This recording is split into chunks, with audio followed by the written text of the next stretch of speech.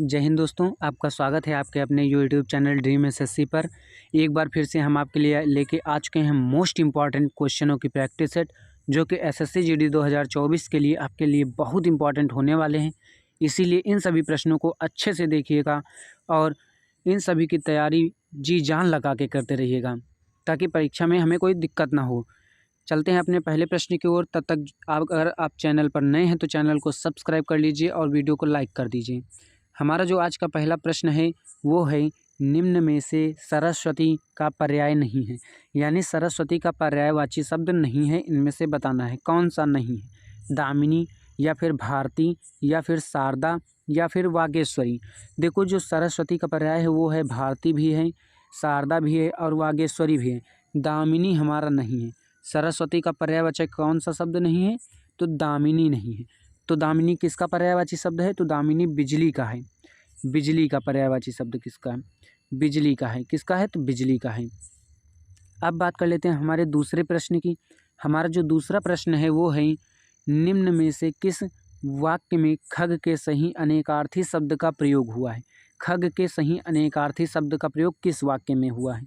किशोर दुष्ट लड़का है, वह बहुत बड़ा डाकू था, पक्षी कलरव कर रहे हैं और सुहास की भाषा अत्यंत दुर्बोध है। देखो, खग का मतलब क्या होता है? पक्षी। खग का अर्थ क्या होता है? पक्षी। तो पक्षी हमारा किस ऑप्शन में दिए गए? ऑप्शन 3। तो ऑप्शन 3 ए बिल्कुल राइट आंसर हो जाएगा। ऑप्शन 3 आपका राइट आंसर हो जाएगा। अब बात कर लेते हैं अगले प्रश्न की। हमारा जो अगला प्रश्न है वो है, छत पर कांवा बोल रहा है, उपरोक्त वाक्य में प्रयुक्त कांवा शब्द का पर्याय क्या है? यानी कांवा शब्द का पर्याय हमें बताना है कि क्या है। कांवा शब्द का पर्यायवाची काक है या फिर सिख है या फिर खग है या फिर पिक है।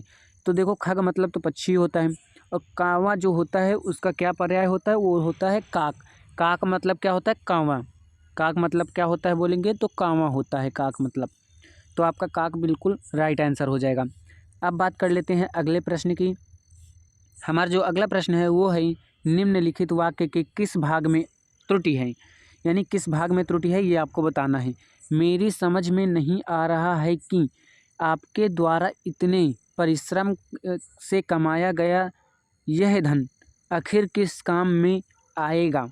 तो देखिए, यहाँ पर क्या दिया गया है? कमाया गया धन में त्रुटि है, या फिर मेरी समझ में नहीं आ रहा है त्रुटि है, या फिर आखिर किस काम में आएगा, या फिर की द्वारा इतने परिश्रम से। देखो, जब इसको पढ़ते हैं तो हम यहाँ पर जो आखिर शब्द हैं, तो आखिर में क्या होना चाहिए? आखिर में बड़े आ की मात्रा होनी चाहिए। आखिर नहीं होता है, आखिर होता है। तो यहाँ पर आखिर किस में दिया गया? ऑप्शन 3 में। तो आपका ऑप्शन 3 बिल्कुल राइट आंसर हो जाएगा, क्योंकि इसी में त्रुटि है। बात कर लेते हैं अगले प्रश्न की। हमारा जो अगला प्रश्न है वो है, निम्नलिखित वाक्यांश के लिए उपयुक्त सार्थक शब्द का चयन विकल्पों में से कीजिए। विकल्प ये दिए गए हैं। वह बात जिसे सुना नहीं गया हो।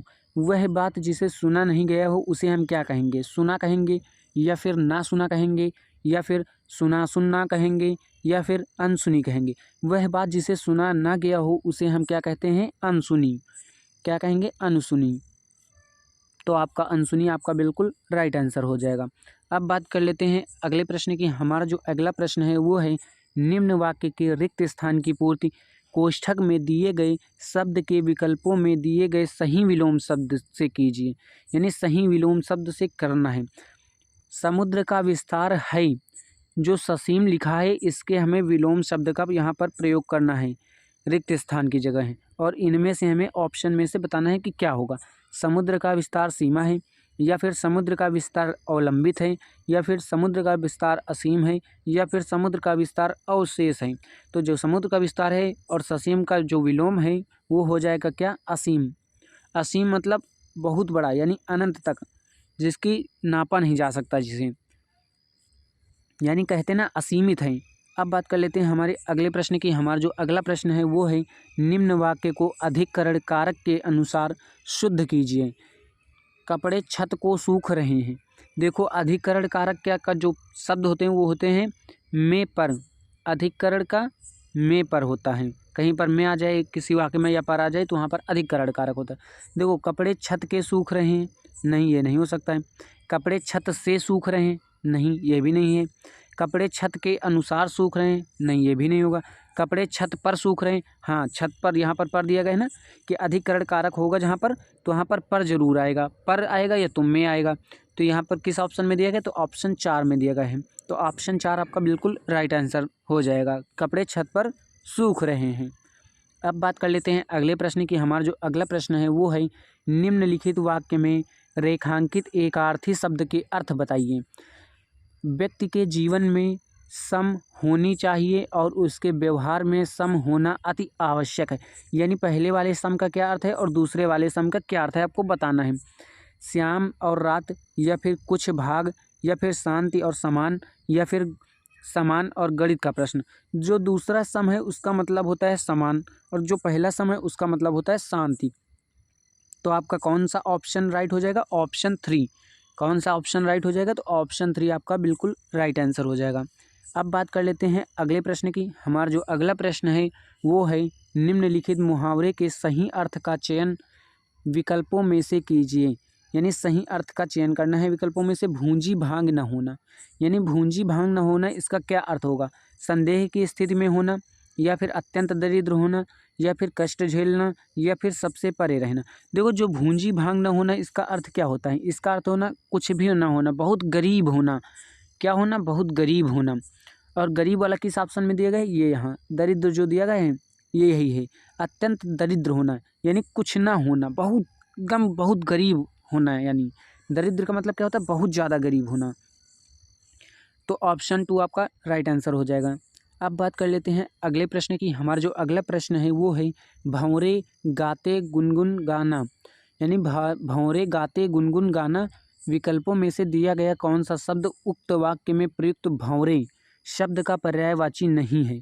यानी भंवरे शब्द का पर्यायवाची इनमें से कौन सा शब्द नहीं है, आपको बताना है। अली, या फिर मधुप, या फिर भ्रमर, या फिर सफरी। देखो जो भंवरे शब्द का पर्यायवाची होता है वो होता है अली भी होता है, मधुप भी होता है, और भ्रमर भी होता है। जो सफरी है ये भंवरे शब्द का पर्यायवाची शब्द नहीं है। क्या नहीं है, सफरी नहीं है। तो आपका ऑप्शन 4 आपका बिल्कुल राइट आंसर हो जाएगा। अब बात कर लेते हैं अगले प्रश्न की। हमारा जो अगला प्रश्न है वो है, छक्के छुड़ाना मुहावरे का क्या अर्थ है। यानी छक्के छुड़ाना मुहावरे का क्या अर्थ है, काम आसान करना, या फिर मैच में छक्का लगाना, या फिर बुरी तरह हराना, या फिर बहुत मेहनत करना। तो छक्के छुड़ाने का अर्थ होता है बुरी तरह हराना। कैसे, बुरी तरह हराना। ये आपका राइट आंसर हो जाएगा। अब बात कर लेते हैं अगले प्रश्न की। हमारा जो अगला प्रश्न है वो है, निम्नलिखित विकल्पों में से किस एक वाक्य में क्रिया संबंधी अशुद्धि है। यानी क्रिया संबंधी अशुद्धि इनमें से किस वाक्य में है, हमको बताना है।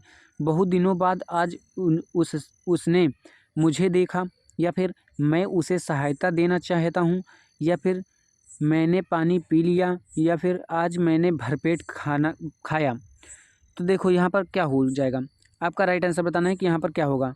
मैं उसे सहायता नहीं देना चाहता था, या फिर जहाँ पर जो अशुद्धि है यहाँ पर किस में अशुद्धि है, मैं उसे सहायता देना चाहता हूँ, मैं उसे सहायता देना चाहता हूँ, इसमें अशुद्धि आपकी है।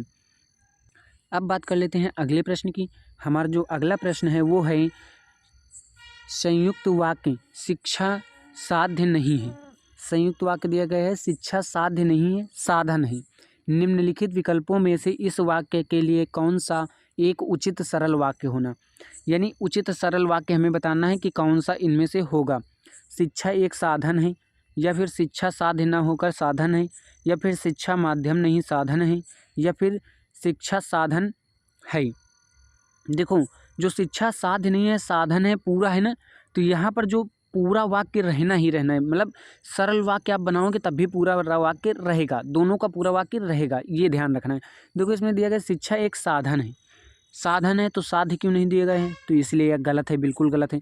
शिक्षा साध्य ना होकर साधन है, हाँ ये बिल्कुल राइट है। शिक्षा साध्य ना होकर के साधन है, ये आपका बिल्कुल राइट आंसर हो जाएगा। तीसरे में दिया गया शिक्षा माध्यम नहीं साधन है, माध्यम तो कहीं दिया ही नहीं गया है, इसलिए गलत। शिक्षा साधन है, साधन बिल्कुल गलत है क्योंकि साध्य नहीं दिया गया है। दोनों वाक्य आपके सरल वाक्य में भी दिए जाएंगे, तो हमारा सरल वाक्य क्या हो जाएगा, शिक्षा साध्य न होकर के साधन है, शिक्षा साध्य न होकर के साधन है। अब बात कर लेते हैं अगले प्रश्न की। हमारा जो अगला प्रश्न है वो है, निम्नलिखित वाक्यांश के लिए सार्थक शब्द चुनिए। आवश्यकता से अधिक बरसात, यानी आवश्यकता से अधिक बरसात को हम क्या बोलेंगे, इनमें से आपको बताना है।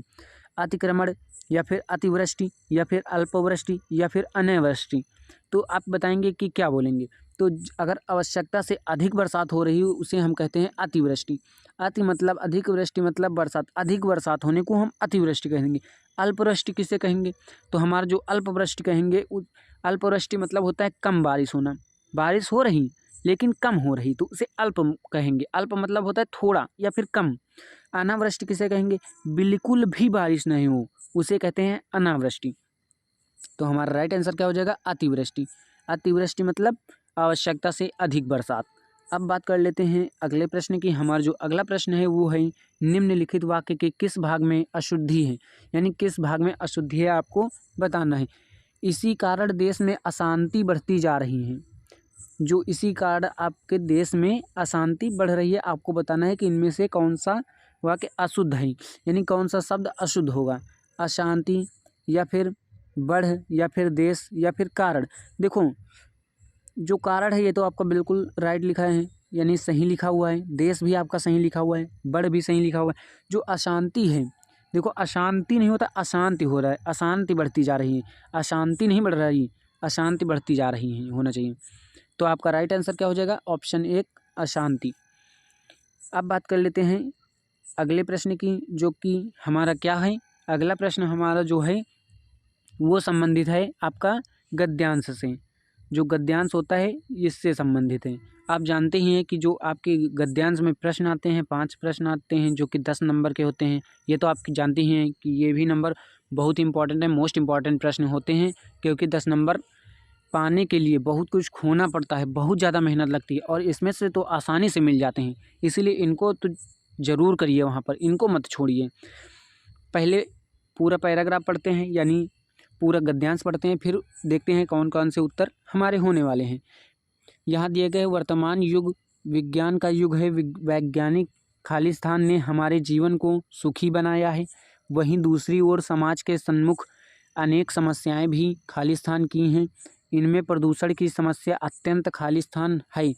इसका अर्थ है खालिस्तान का दूषित होना। वस्तुतः हम सभी प्रकृति के संतुलन में खालिस्तान व्यतीत करते हैं। यहाँ पर आपको दिया गया है क्वेश्चन क्या है हमारा, तो हमारा जो क्वेश्चन है वो दिया गया है रिक्त स्थान 1 की पूर्ति। सबसे उपयुक्त विकल्प का चयन करके करना है।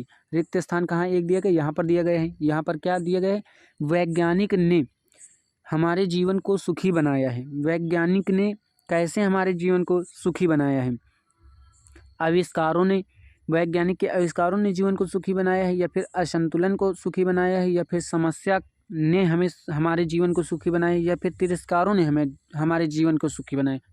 तो वैज्ञानिक क्या होते हैं, वैज्ञानिक आविष्कार ही तो करेंगे, आविष्कार करेंगे तो नहीं, उनके आविष्कारों द्वारा हमारा जीवन कैसे बना है, सुखी बना है। तो यहाँ पर क्या हो जाएगा, आविष्कार। वैज्ञानिक ने आविष्कारों द्वारा हमारे जीवन को सुखी बना दिया है। अब बात कर लेते हैं अगले प्रश्न की। हमारा जो अगला प्रश्न है वो है,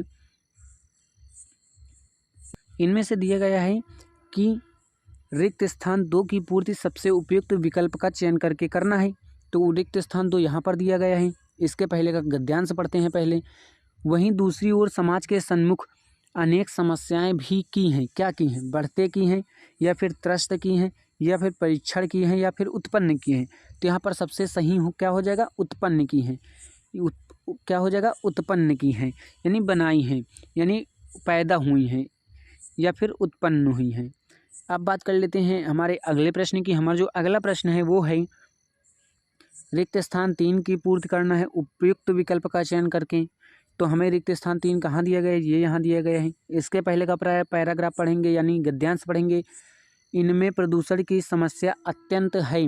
प्रदूषण की समस्या क्या है, अत्यंत व्यवस्थित है, अत्यंत प्रभावित है, अत्यंत तात्पर्य है, या फिर अत्यंत गंभीर है। तो हमारी जो पर्यावरण प्रदूषण की समस्या है वो कैसी हो जाएगी, अत्यंत गंभीर हो जाएगी। कैसी है, तो अत्यंत गंभीर समस्या है। अब बात कर लेते हैं अगले प्रश्न की। हमारा जो अगला प्रश्न है वो है, रिक्त स्थान 4 की पूर्ति उपयुक्त विकल्प द्वारा करने में। तो रिक्त स्थान 4 कहाँ दिए गए, ये यहाँ दिए गए हैं। और इसका अर्थ क्या, दूषित होना है, यानी किसका दूषित होना, इसका अर्थ है वातावरण का दूषित होना, या फिर जीवन का दूषित होना, या फिर कारखानों का दूषित होना, या फिर नगरों का दूषित होना। तो इसका अर्थ क्या है, वातावरण का दूषित होना है। क्या है, तो वातावरण का दूषित होना हो जाएगा। अब हमारा जो क्वेश्चन है, क्वेश्चन नंबर 20, वो आपका अंतिम को प्रश्न है और इसमें रिक्त स्थान 5 की पूर्ति उपयुक्त विकल्प द्वारा करना है। रिक्त स्थान 5 यहाँ दिए गए हैं। इसका जो आंसर होगा आप हमें कमेंट बॉक्स में देंगे और आप यह भी बताएंगे कि 19 में से आपने कितना स्कोर कवर किया है। इसी तरह से अपनी तैयारी को ज़बरदस्त बनाते रहिए और एक बार फिर से आप मेरे चैनल को सब्सक्राइब कर दीजिए और वीडियो को लाइक भी कर दीजिए अगर अभी तक नहीं किया हो तो। अब मिलते हैं नेक्स्ट वीडियो।